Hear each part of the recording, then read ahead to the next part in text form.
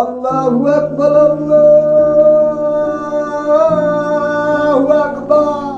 বার্ধক্য আর দৃষ্টিহীনতা কোনো বাধাই থামাতে পারেনি তার অদম্য ইচ্ছাশক্তিকে। গত 2 দশক ধরে যে মানুষটি পরম মমতায় দড়ি আর বাঁশ আঁকড়ে ধরে মেঠোপথ পেরিয়ে মসজিদে আজান দিতে যেতেন, জীবনের সেই দীর্ঘ লড়াইয়ের অবসান ঘটেছে তার। না ফেরার দেশে পাড়ি জমিয়েছেন আলোচিত সেই প্রবীণ মুয়াজ্জিন আব্দুর রহমান মোল্লা।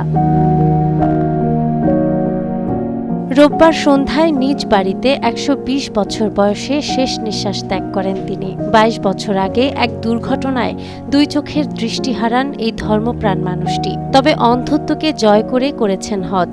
নিজের শেষ সম্বল 10 কাঠা জমি বিক্রি করে গড়েছিলেন একটি পাকা মসজিদ। নাটোরের বড়াইগ্রাম উপজেলার নগর ইউনিয়নের বড়দেহা গ্রামের এই বাসিন্দা দৃষ্টিহীন হওয়ায় বাড়ি থেকে 200 মিটার দূরের মসজিদে যাতায়াতে সমস্যা হতো। সেই বাধা কাটাতে পরিবারের সহযোগিতায় রাস্তা জুড়ে টাঙানো হয় দড়ি আর বাঁশ। সেই দড়ি হাতড়ে আর লাঠিতে ভর করে একা একাই 5 ওয়াক্ত নামাজে আজান দিতে যেতেন তিনি।